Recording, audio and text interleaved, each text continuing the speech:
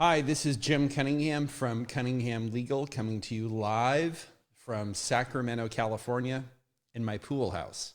So, like the rest of the world, or at least the rest of California, I have been sheltered in place. And the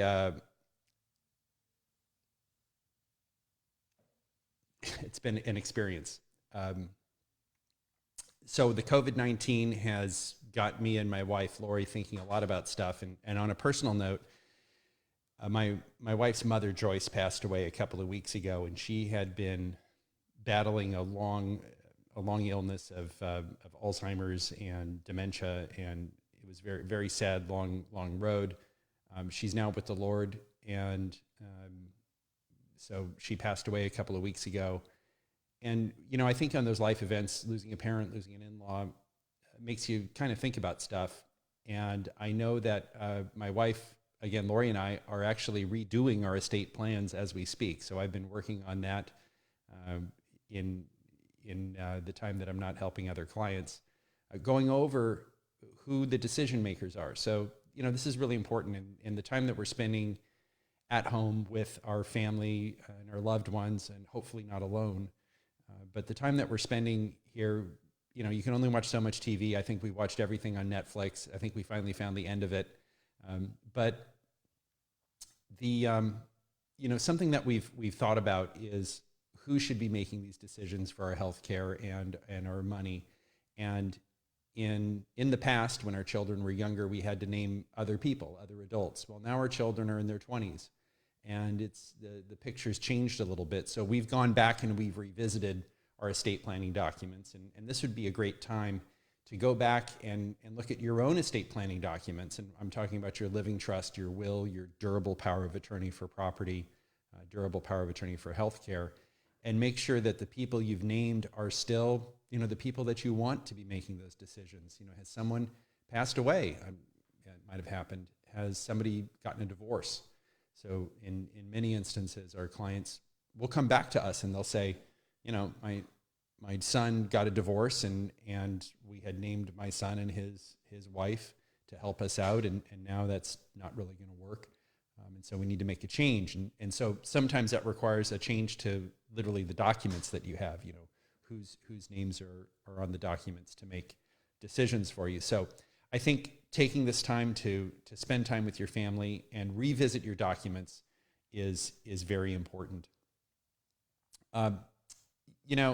A lot of people have asked me, is a will better than a trust? And we've said in the past that a trust, in not all instances, but a trust can be better than a will.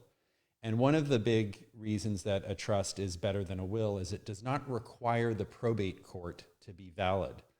And so what's happened is, if you're in California and following the governor's order, you're sheltered in place unless you're an essential business. Well, the courts are now closed. And we've had several people reach out to us since we sent all of our employees home on March 16th. And they've said, I need some help. My mother's passed away, or my father's passed away, or my uncle's passed away. And all they had was a will, and in many instances, no will. And so we have to go to court. And you have to, if you have a will or you don't have a will, you do have to go to court before you can start acting on behalf of the estate.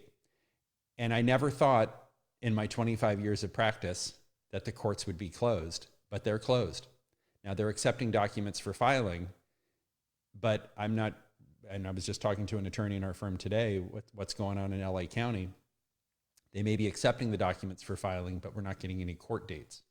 So essentially, if you're administering an estate where someone's passed away and you're relying on the probate court's closed, and you can't go there to get any help. And so the people who have a living trust, fortunately for those people, you don't need a court to act. You don't need a court to collect assets, to pay debts and expenses, to sell property and make distributions.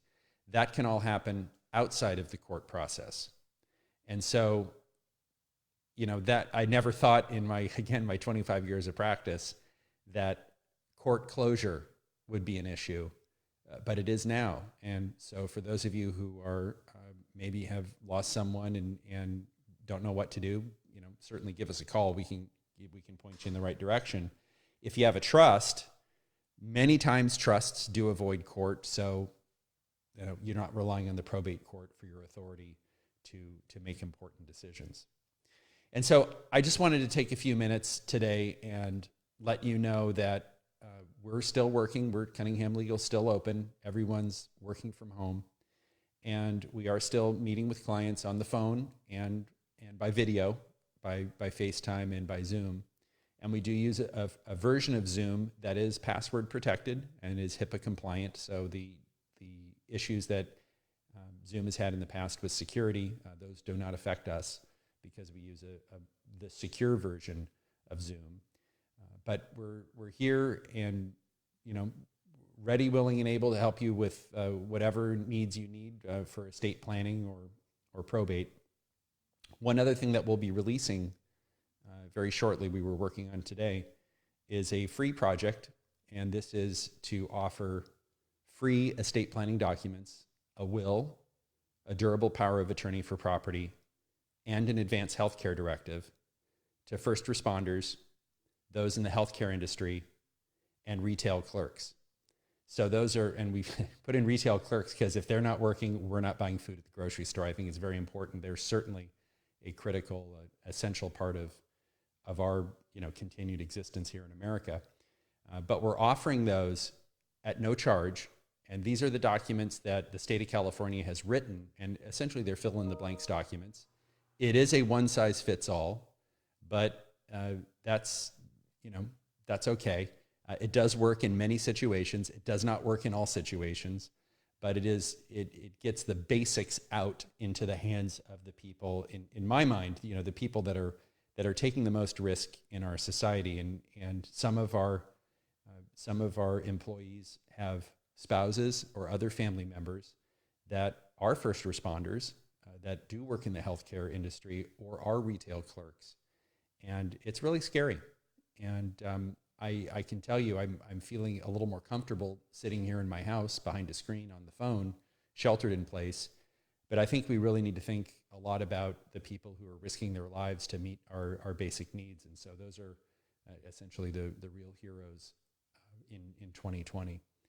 So with that, I'll wrap it up. I want to thank you for watching this Facebook Live video. And please look out for our free offering for our first responders and healthcare workers and retail clerks. And we look forward to seeing you soon.